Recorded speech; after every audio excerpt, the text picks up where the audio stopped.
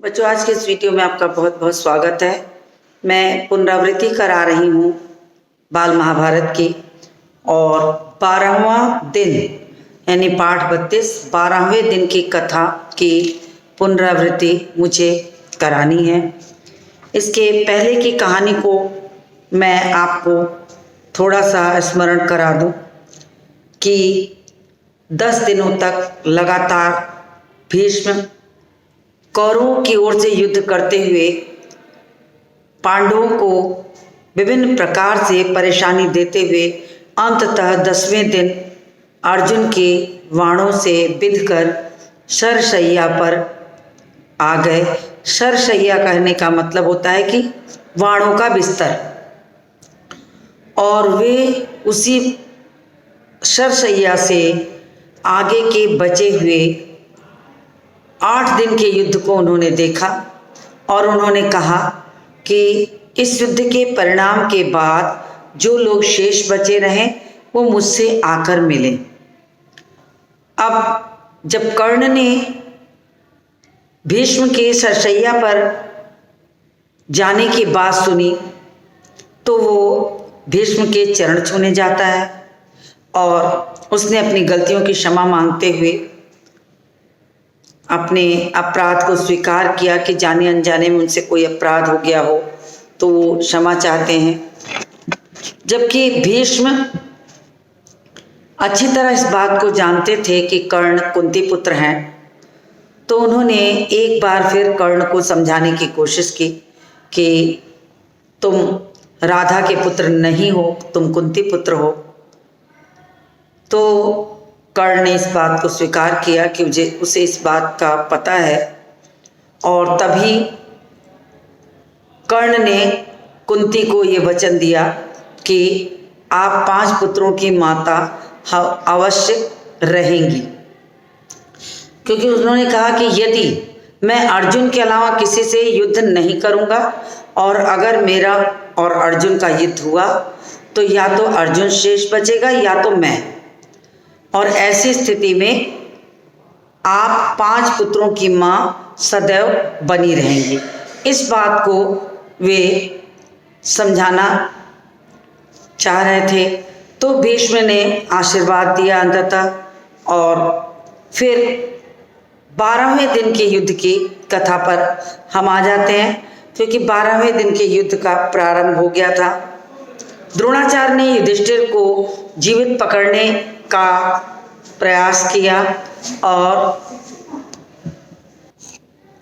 12वें दिन के युद्ध में जब द्रोणाचार्य ने युधिष्ठिर को जीवित पकड़ने की चेष्टा की और वे विफल हो गए, तो यही निश्चय हुआ कि अर्जुन को युद्ध के लिए ललकारा जाए और लड़ते लड़ते उन्हें इतनी दूर ले जाया जाए कि युधिष्ठिर को जब पकड़ा जाए तो वो उनकी मदद के लिए भी ना आ सकें। तो युधिष्ठिर को दूर ले जाने के लिए ही युद्ध का जो 12वां दिन था वो मुख्य रूप से जाना जाता है। बहुत ही भयानक उस दिन लड़ाई हुई। आचार्य द्रोण ने युधिष्ठिर को जीवित पकड़ने की बहुत बार चेष्टा भी की, मगर वो असफल रहे। भगदत्त के हाथी ने भीमसेन को मार गिराया कि भगदत्त का हाथी इतना मतवाला हो गया था कि उसने भीमसेन पर आक्रमण कर दिया और भीमसेन भी घायल हो गए। यह शोर सुनकर युधिष्ठिर जो रहते हैं उन्हें इस बात का युधिष्ठिर ने भी विश्वास कर लिया कि भीमसेन सचमुच मारे गए हैं। उन्हें ऐसा लगता है कि भीमसेन को भी मार दिया गया है। ये सोचकर उन्होंने अपने वीरों को आज्ञा दी कि वे भगदत्त पर हमला करें। इधर युधिष्ठिर द्वारा भेजी गई जो कुमुक मतलब सेना, तो मैं लिख देती हूँ आपको, कुमुक का तात्पर्य था सेना। तो उन्होंने जो सेना भेजी थी उस सेना में अब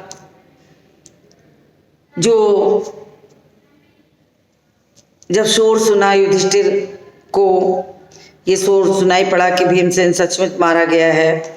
ये सोचकर उन्होंने अपने वीरों को आज्ञा दे दी और साथ में युधिष्ठिर द्वारा भेजी गई जो सेना थी वो भी दी।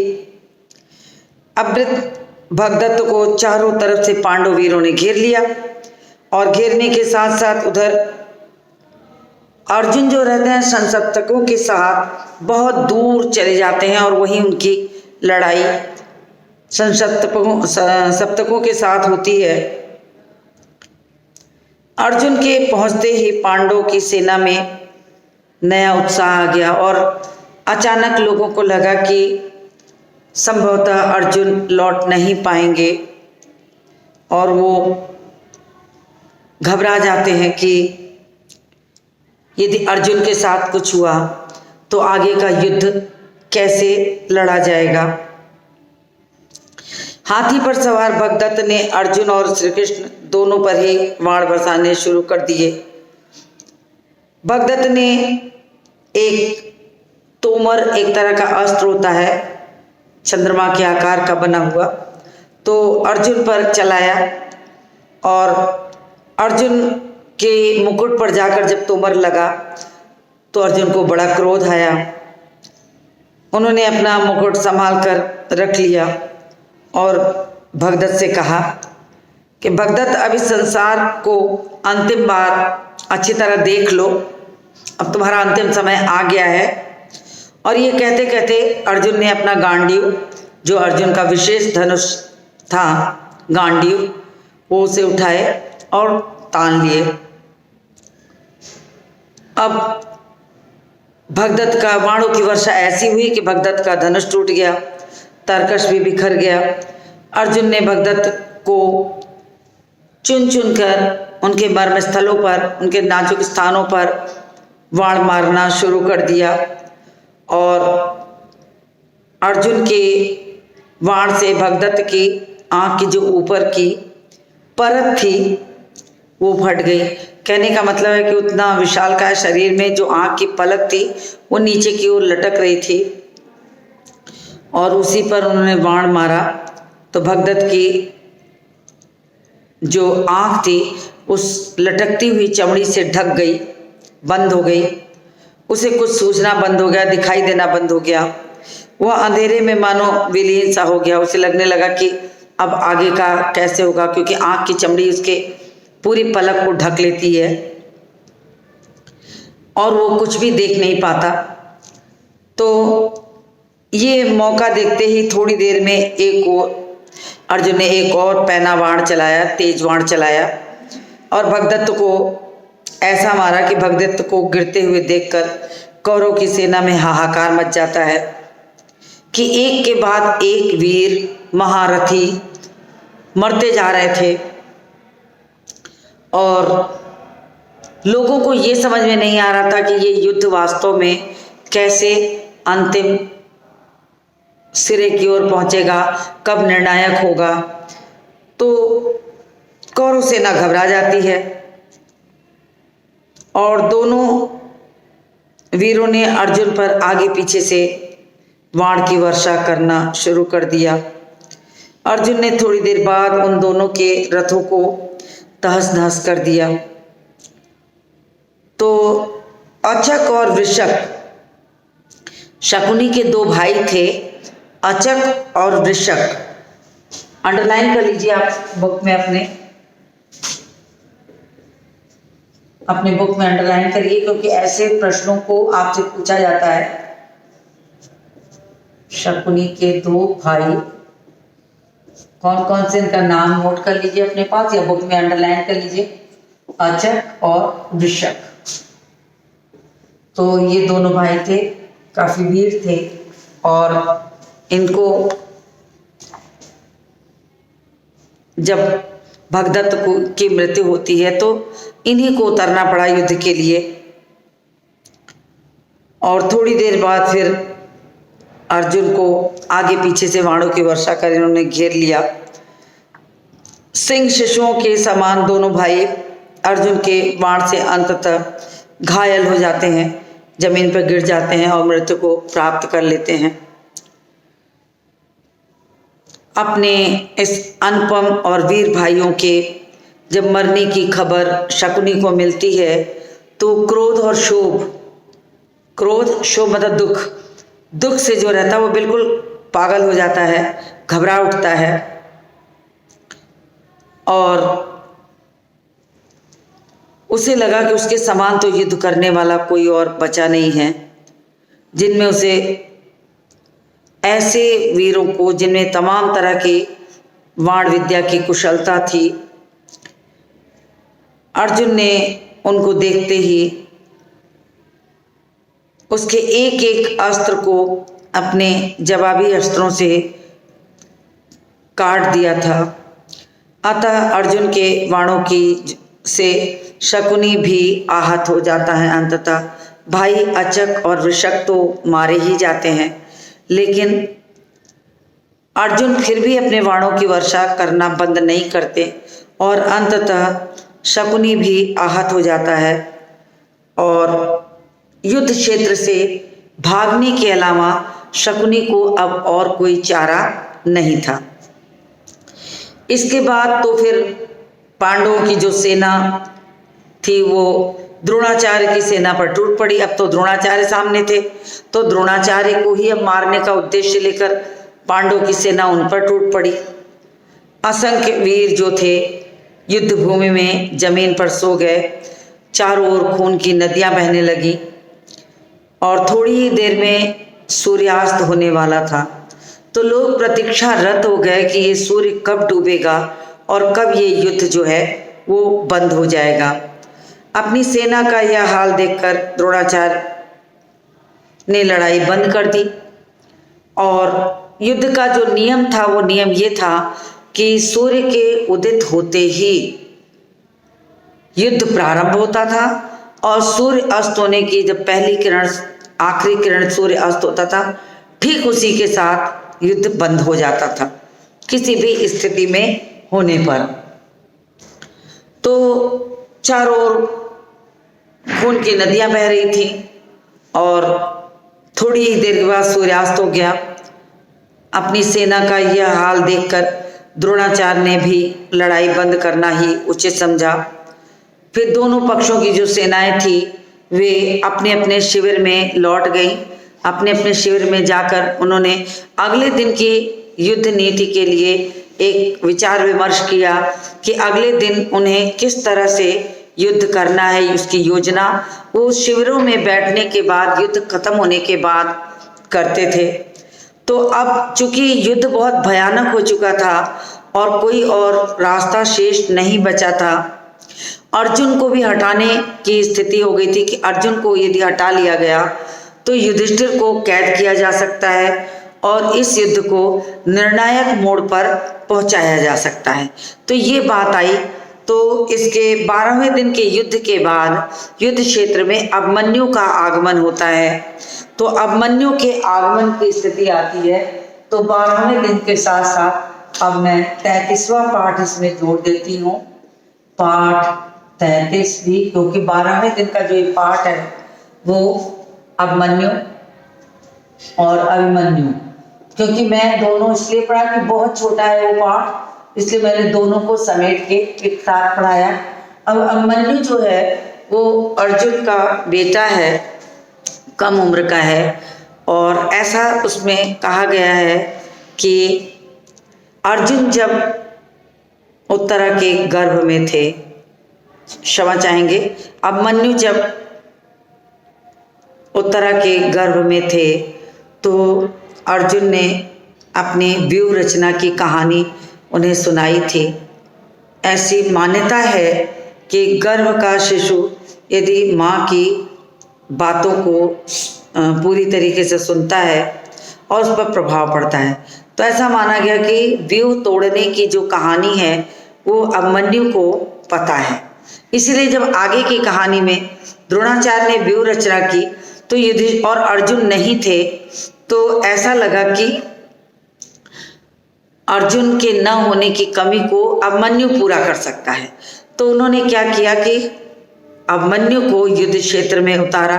यद्यपि अभिमन्यु बहुत बालक थे, फिर भी और कोई रास्ता नहीं था क्योंकि अर्जुन थे नहीं। युधिष्ठिर और बाकी भाइयों ने ये कहा कि तुम युद्ध क्षेत्र में व्यूह में प्रवेश करना, हम तुम्हारे पीछे ही रहेंगे। कहने का मतलब कि तुम्हारी संरक्षा के लिए, तुम्हारी रक्षा के लिए हम तुम्हारे साथ साथ चलेंगे। ये बात कही गई तो लेकिन ऐसा हो नहीं पाया। तो देखिए मैं पाठ अब 33 अभिमन्यु शुरू कर रही हूँ, क्योंकि 12वें दिन की कथा बहुत छोटी सी थी, वो मैंने आपको समझा दी। तो 13वें दिन की बात है कि जब अभिमन्यु को युद्ध क्षेत्र में उतरना पड़ा।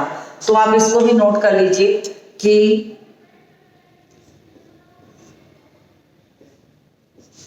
13वें दिन अभिमन्यु 13वें दिन अभिमन्यु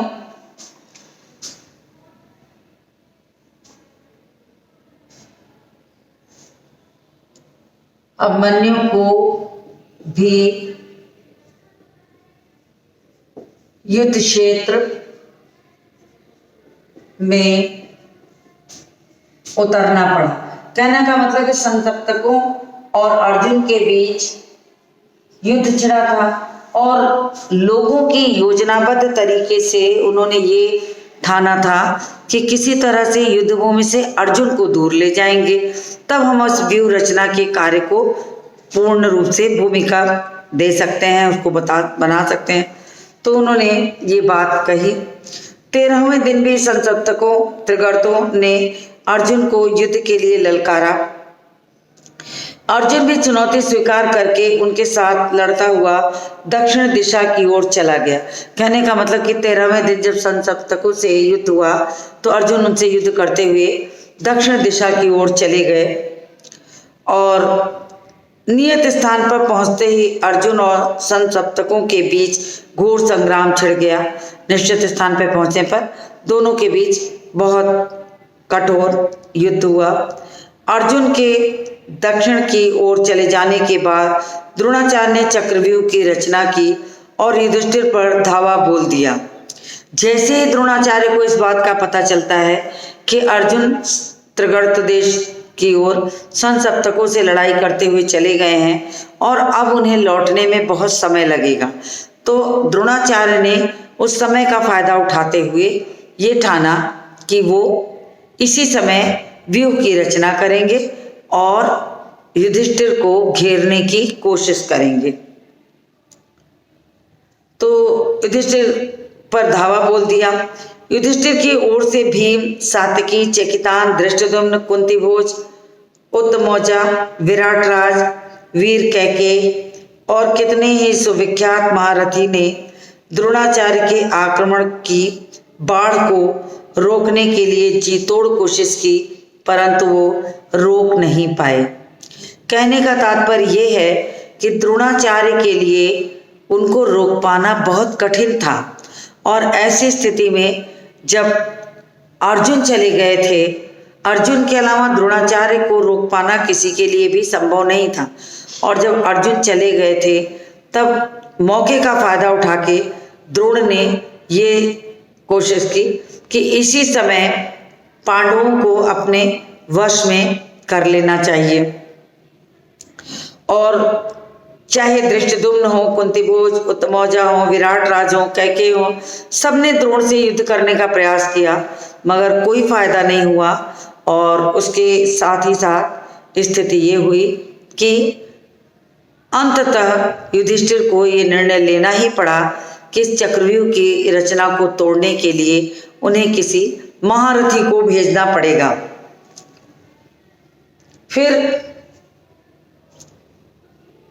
फिर भी द्रोण का जो वेग कोई रोक नहीं सकता था। ये देखकर सभी महारथी चिंता में पड़ गए और अंततः सुभद्रा का पुत्र तो अंत में सुभद्रा पुत्र अभिमन्यु को इस चक्रव्यूह को तोड़ने के लिए यहाँ पर उतारा गया कि अब अभिमन्यु के अलावा कोई शेष नहीं बचा है जिसने ऐसी इस स्थिति को जो संभाल सकता हूँ। तो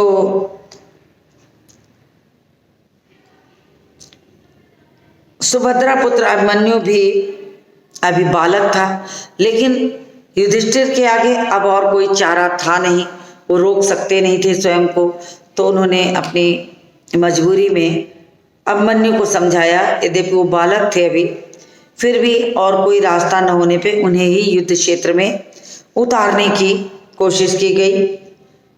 रण कौशल में वो कुशल तो थे, परंतु व्यूह रचना में जितने द्वार बनाए जाते हैं उन द्वार को वेधते हुए अंदर प्रवेश किया जाता है। पांडवों की सेना अभिमन्यु के साथ तो थी, मगर जब अभिमन्यु पहले द्वार को तोड़कर भीतर प्रवेश करते हैं तो कौरवों की सेना ने अन्य पांडव महारथियों को बाहर ही रोक लिया, वे अंदर प्रवेश भी नहीं कर पाए।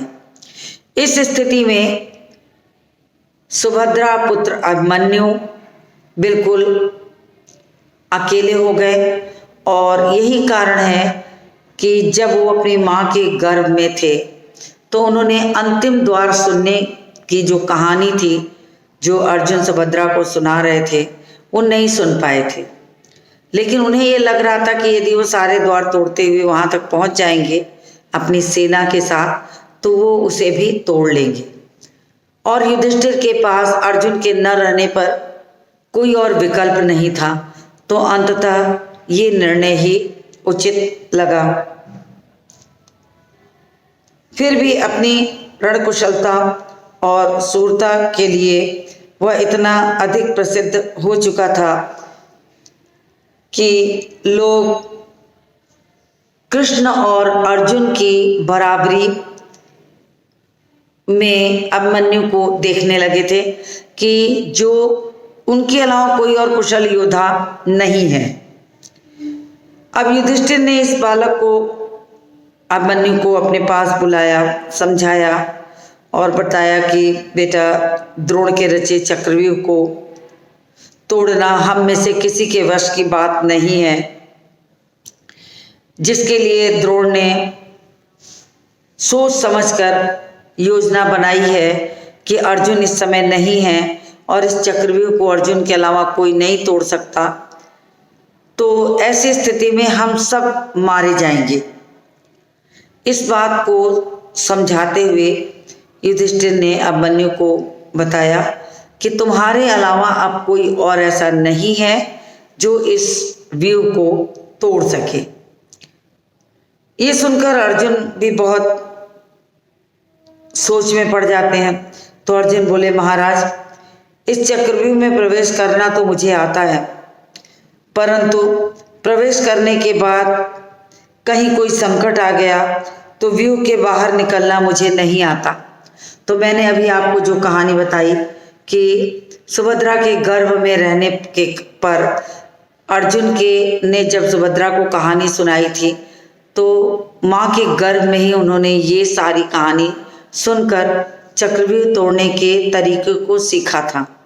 लेकिन अंतिम समय की कहानी सुनने के पहले सुभद्रा सो जाती हैं और बालक अभिमन्यु उस चीज को नहीं सुन पाते। तो वो कहते हैं कि मैं प्रवेश तो कर जाऊंगा, मगर निकलने का रास्ता मुझे नहीं पता, मैं कैसे निकलूंगा।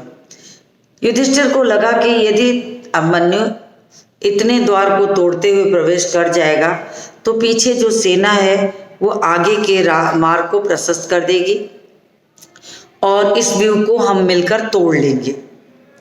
अब युधिष्ठिर की बातों का समर्थन करते हुए सब लोगों ने समझाया उन्हें, और युधिष्ठिर ने भी समझाया। अभिमन्यु तैयार भी हो गए, तो सबको लगा कि ये उचित है। युधिष्ठिर की बातों का समर्थन करते हुए फिर भीम ने भी यही कहा कि तुम्हारे ठीक पीछे मैं चलूँगा। अब भीम को लगा कि यदि मैं अभिमन्यु के पीछे रहूँगा तो मैं निश्चित ही अभिमन्यु के साथ हो लूँगा और मुझे कोई द्वार से अंदर प्रवेश न करने दे, ऐसा नहीं हो सकता।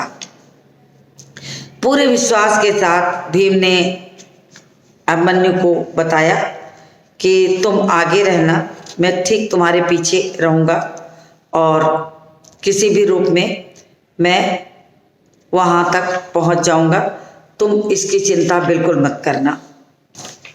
और